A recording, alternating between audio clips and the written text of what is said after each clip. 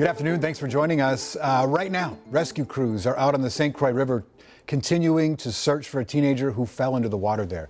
The sheriff's office says 18-year-old Dandria Sandvig from Luck, Wisconsin, was at Interstate State Park in Taylor's Falls when he fell from a rock ledge last night. Authorities are asking the public to not join into the search or come near the water in that area, saying that search conditions are very dangerous right now.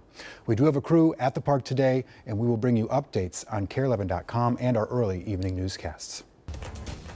A vigil will be held tonight for two officers killed in the line of duty in Wisconsin over the weekend. The visitation for officers Hunter Scheel and Emily Breidenbach is set for Saturday morning at Cameron High School. The funeral service will also be held there at 1, followed by police honors outside the school. Tonight's vigil will be at Mosaic, that's in Cameron. Again, that starts at 7 o'clock.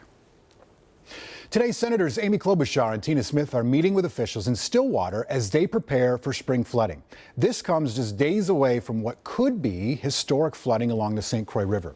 Right now, the river's sitting at 79 feet, but it's expected to rise to about 89 feet by early next week. Now, experts say the St. Croix has an 81% chance of reaching major flood stage. St. Louis County is also addressing flood concerns today. In about an hour, the sheriff's office will hold a press conference outside the public safety building in Duluth. Officials from emergency management, the National Weather Service, and the fire department will talk about the flooding risk there and how they're getting prepared. The FAA at MSP Airport today investigating what caused smoke to get into the control tower yesterday. Remember this story? The situation forced an evacuation there of the tower and brief ground stoppage on dozens of flights.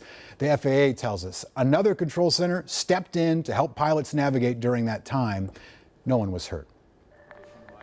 It may soon cost you more to go fishing or boating in Minnesota. Lawmakers are considering raising license fees $5 as a part of the DNR budget bill.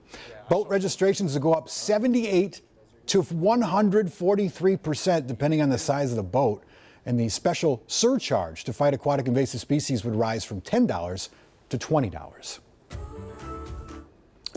Kind of feels like a good fishing day. Feels more like summer than spring outside today. Good news for thrill seekers, too. Roller coaster season, it's almost here. Valley Fair just announced to open the season on Sunday, May 14th, which, by the way, gentlemen, is Mother's Day. If water parks are more your style, Valley Fair's Soak City opens at the end of May. Beautiful day, another winter. Ben, how you doing out there, bud? Already sweating, considering I've been out here for about all of about a minute or so. So yeah, a taste of summer today, and temperatures, they're going to stay in the upper 70s to low to even mid 80s at least through Thursday before we see more seasonal temperatures by this weekend. You can see on the lower right side of your screen, that's Bedeh-Makaska. The color of the ice is certainly darkening. I'm sure we're seeing some honeycombing ice, and a lot of the smaller lakes are already starting to open up. Already 77 degrees. We are 4 degrees warmer than this time yesterday, so that means temperatures will be even warmer than what we saw yesterday. Still a breezy southwesterly wind, so a gusty day today, but if you're out of the wind and in the sunshine, certainly feels lovely. A great day for an outdoor lunch.